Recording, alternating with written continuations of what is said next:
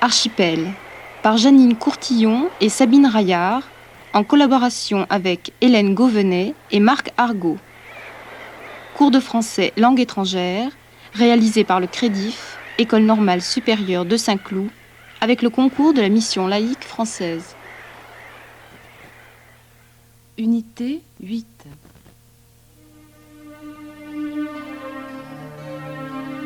C'était hier.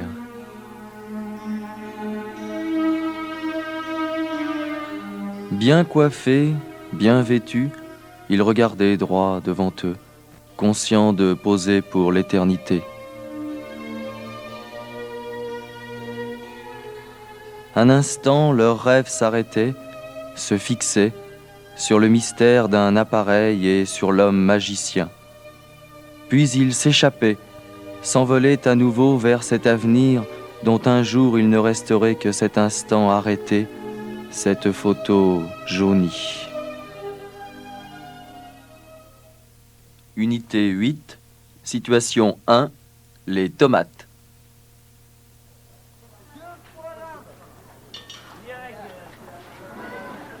Je ne veux pas de ces tomates, monsieur. Et je ne veux pas de ces poulets. Pas de ces tomates, pas de ces poulets, mais pourquoi? Moi, monsieur, je fais de la cuisine, de la bonne cuisine. Et alors? Autrefois, les tomates étaient rouges, fraîches. Vos tomates sont vertes. Regardez-les, elles sont vertes. Autrefois, les poulets étaient fermes. Vos poulets sont tristes, c'est de la gélatine, ils n'ont plus de goût. Et je peux continuer. Avant, le pain était croustillant, tendre, parfumé. Aujourd'hui, c'est du caoutchouc. Va donc, retourne à Marseille.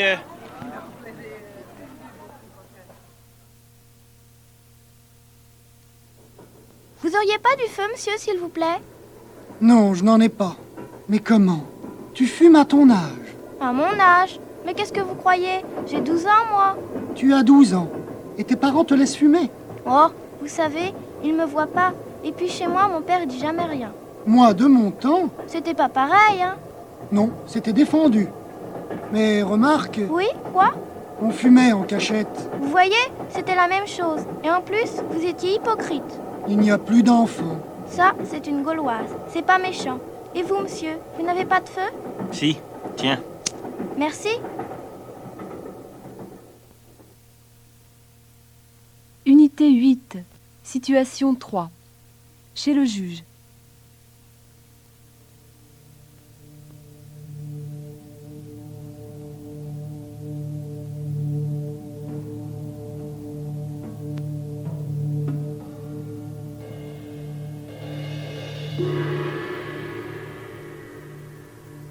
Vous avez laissé la moto au coin de la rue Victor Hugo et vous êtes parti en courant, c'est bien ça? Ouais, monsieur. Un agent vous a attrapé un peu plus loin et vous n'aviez pas de papier. Non, monsieur le juge. Mais il vous a rattrapé. Ouais, monsieur le juge. Et avant, que s'était-il passé? Vous aviez volé la moto. Ouais, monsieur le juge. Où et à quelle heure? À 6 heures, devant la pharmacie. Vous connaissiez le propriétaire? Ouais, monsieur le juge, c'est un voisin. Quand vous avez volé la moto, que faisait-il? Il était en train d'acheter quelque chose à la pharmacie. Il avait laissé la clé de contact. Et qu'est-ce que vous vouliez faire avec cette moto? Me promener. Et pourquoi avez-vous laissé la moto au coin de la rue Victor Hugo? J'ai vu 2 agents, alors j'ai eu peur.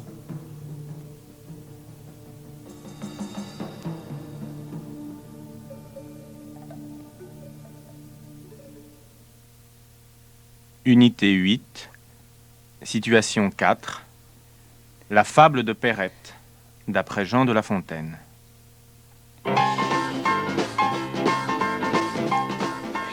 Par un beau jour d'été, Perrette s'en allait au marché. Sa voiture trottinait et la belle rêvait. Je vais prendre, pensait-elle, 10 grands paniers d'œufs. Quelle merveille! Avec cet argent, je pourrais acheter une vache, puis un veau, et peu de temps après, j'aurais tout un troupeau. Hélas, 5 petits canards venaient, qu'à un cas, par le chemin montant. Grand Dieu, se dit Perrette, tandis que la voiture tombait dans le fossé herbeux. Adieu, panier plein d'œufs. Adieu, veau, vache, troupeau. Un tout petit canard, et vlan, le rêve est en morceaux.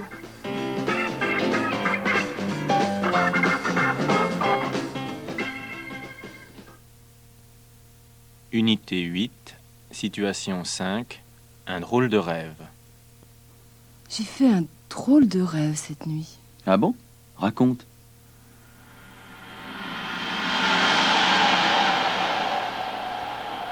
Voilà, j'étais dans un train, assise en face d'un homme qui lisait. Derrière son journal, il m'observait sans en avoir l'air. Et il faisait comme si je ne voyais pas son manège. Cela t'amusait? Pas du tout, j'avais peur. Il m'inquiétait, je voulais fuir. Et tu ne pouvais pas partir. Non, je restais clouée sur mon siège. C'était qui cet homme? Je l'avais jamais vu. Allez, on va prendre un bon café pour se réveiller.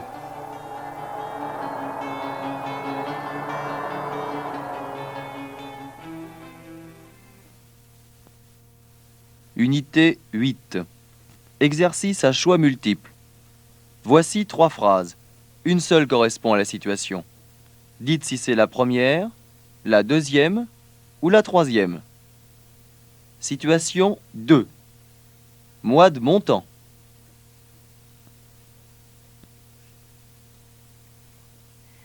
Le voyageur est choqué de voir l'enfant fumer parce que c'est interdit de fumer dans le métro. Il est choqué de voir l'enfant fumer parce que celui-ci n'a que 12 ans. Le voyageur trouve normal de voir un enfant fumer. Le voyageur, lui, fumait à 12 ans avec ses parents. Le voyageur ne fumait pas à 12 ans. De son temps, les jeunes fumaient en cachette. L'enfant veut allumer une gauloise et demande du feu. L'enfant allume sa cigarette avec son briquet. L'enfant ne trouve personne pour allumer sa cigarette. L'enfant dit au voyageur qu'il est méchant. L'enfant veut dire que le tabac des Gauloises n'est pas très fort. L'enfant dit que les enfants qui fument ne sont pas méchants. Situation 3. Chez le juge. Michel n'avait aucun papier. Michel avait tous ses papiers en règle. Michel n'avait que son permis de conduire. Un agent a arrêté Michel au coin de la rue Victor Hugo. Michel est parti en courant quand il a vu un agent. Il est parti en courant parce qu'il avait reconnu le propriétaire. Il a eu peur parce qu'il avait oublié ses papiers. Il a eu peur parce qu'il avait volé la moto. Il a eu peur parce qu'il avait vu le propriétaire. Michel savait à qui était la moto. Michel a volé sous les yeux du propriétaire. Quand Michel a volé la moto, le propriétaire était en train d'acheter des cigarettes. Le propriétaire avait pris les clés de contact. Le propriétaire avait laissé ses clés sur la moto. Le propriétaire avait laissé son casque sur sa moto. Michel voulait faire une blague à son voisin. Michel voulait avoir une moto. Michel voulait se promener. Situation 4. La fable de Perrette. Perrette allait au marché à pied. Perrette allait au marché dans sa 2 chevaux Citroën. Perrette conduisait trop vite. Il faisait mauvais. Il faisait beau. La route était glissante. Perrette pensait à l'argent qu'elle avait gagné. Perrette partait acheter un troupeau. Perrette rêvait de l'avenir. Perrette voulait élever une vache et puis un veau. Perrette avait élevé 5 petits canards. Perrette avait prévu la malchance. La 2 chevaux a crevé. La voiture est tombée dans le fossé. Perrette n'a pas vu les 5 petits canards. Situation 5. Un drôle de rêve. La jeune femme a fait un rêve étrange.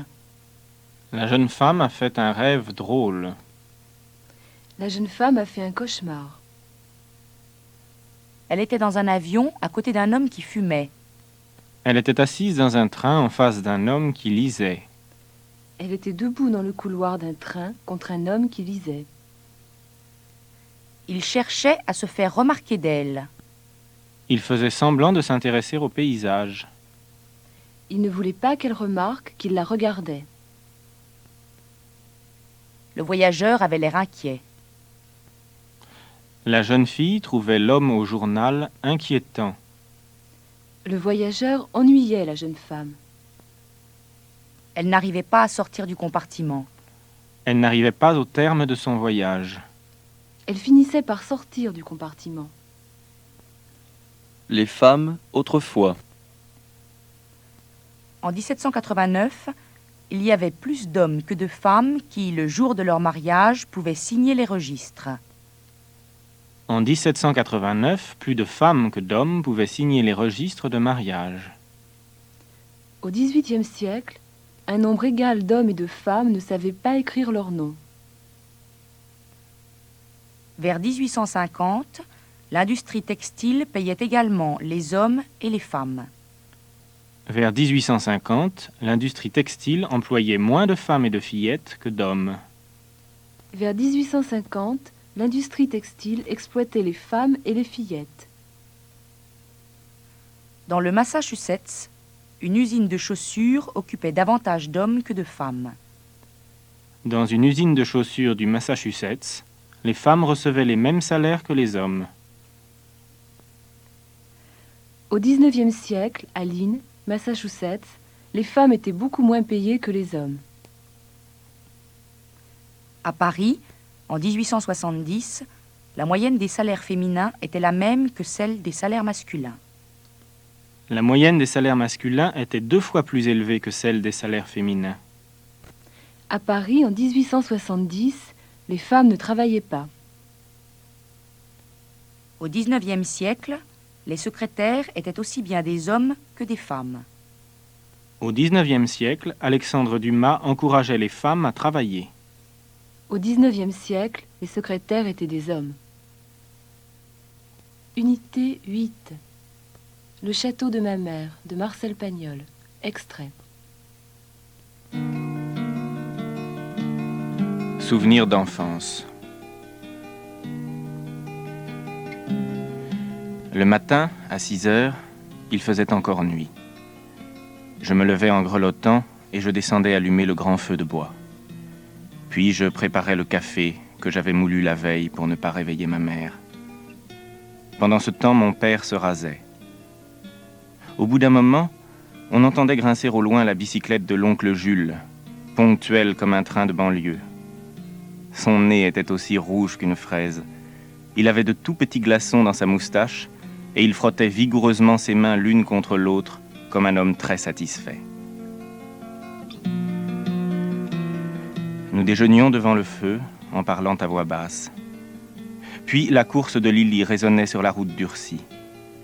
Je versais pour lui une bonne tasse de café qu'il refusait d'abord en disant « je l'ai déjà bu », ce qui n'était pas vrai. Ensuite, nous partions tous les 4 avant le lever du jour. Dans le ciel de velours violet, les étoiles brillaient, innombrables. Ce n'étaient plus les 12 étoiles de l'été. Elles scintillaient durement, claires et froides, cristallisées par le gel de la nuit. Sur la tête rouge, que l'on devinait dans l'ombre, une grosse planète était pendue comme une lanterne, si proche que l'on croyait voir l'espace derrière elle. Pas un bruit, pas un murmure. Et dans le silence glacé, nos pas sonnaient sur les dures pierres de Noël.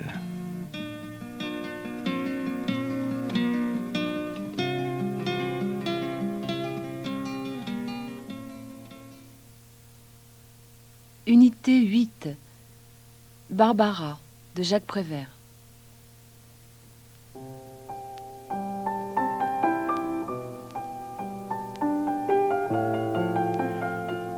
Rappelle-toi, Barbara.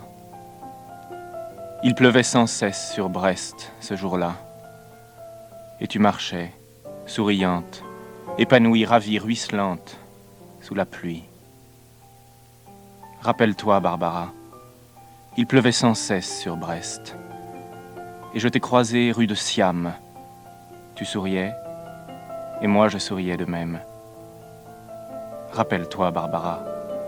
Toi que je ne connaissais pas, toi qui ne me connaissais pas. Rappelle-toi. Rappelle-toi quand même ce jour-là. N'oublie pas. Un homme sous un porche s'abritait, et il a crié ton nom. Barbara. Et tu as couru vers lui sous la pluie, ruisselante, ravie, épanouie, et tu t'es jetée dans ses bras. Rappelle-toi, Barbara. Et ne m'en veux pas si je te tutoie. Je dis tu à tous ceux que j'aime, même si je ne les ai vus qu'une seule fois. Je dis tu à tous ceux qui s'aiment, même si je ne les connais pas. Rappelle-toi, Barbara. N'oublie pas cette pluie sage et heureuse sur ton visage heureux, sur cette ville heureuse. Cette pluie sur la mer, sur l'arsenal, sur le bateau d'Ouessant. Oh, Barbara, quelle connerie la guerre! Qu'es-tu devenue maintenant sous cette pluie de fer, de feu, d'acier, de sang? Et celui qui te serrait dans ses bras amoureusement, est-il mort, disparu ou bien encore vivant?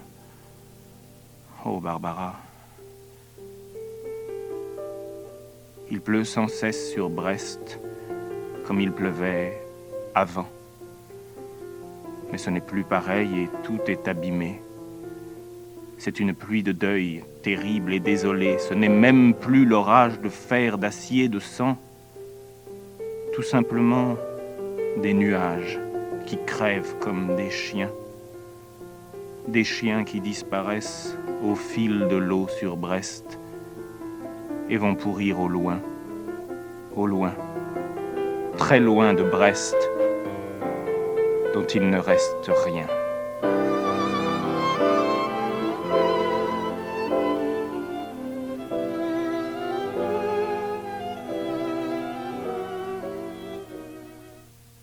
Unité 8. Un balcon en forêt de Julien Gracq. Extrait.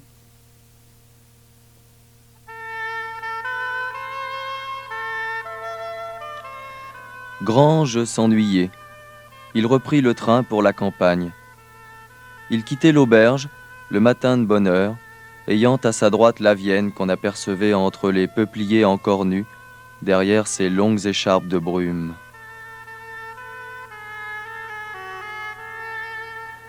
Soudain, à un détour de la vallée, la nette petite ville de Livredeur au bout de son pont, levée avec le soleil, s'accrochait au flanc de son coteau raisonnable, parmi les chemins de meunier tout enfarinés de poussière blanche, avec ses toits serrés d'écailles bleues sortant des brouillards du matin, plus nacrés qu'un banc de goujon, et l'immense et large courtine du château déroulée très au-dessus de ses maisons comme un bandeau royal qu'on étire à deux bras de toute sa longueur.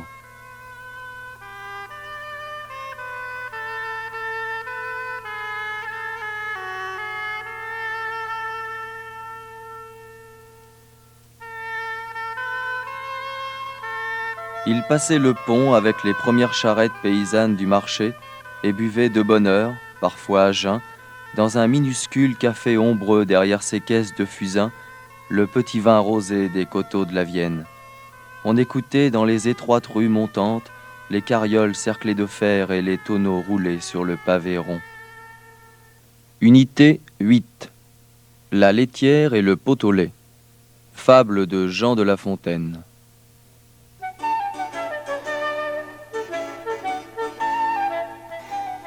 Perrette, sur sa tête ayant un pot au lait bien posé sur un coussinet, prétendait arriver sans encombre à la ville. Légère et court-vêtue, elle allait à grands pas, ayant mis ce jour-là pour être plus agile, cotillon simple et souliers plats. Notre laitière, ainsi troussée, comptait déjà dans sa pensée tout le prix de son lait, en employait l'argent. Achetait un 102, faisait triple couvée, la chose allait à bien par son soin diligent. Il m'est, disait-elle, facile d'élever des poulets autour de ma maison. Le renard sera bien habile s'il ne m'en laisse assez pour avoir un cochon. Le porc à s'engraisser coûtera peu de son. Il était, quand je lus, de grosseur raisonnable. J'aurai, le revendant, de l'argent bel et bon. Et qui m'empêchera de mettre en notre étable, vu le prix dont il est, une vache et son veau que je verrai sauter au milieu du troupeau? Perrette, là-dessus, saute aussi, transportée. Le lait tombe. Adieu, veau, vache, cochon, couvé. La dame de ses biens, quittant d'un œil Marie sa fortune ainsi répandue, va s'excuser à son mari en grand danger d'être battu. Le récit en farce en fut fait, on l'appela le pot au lait.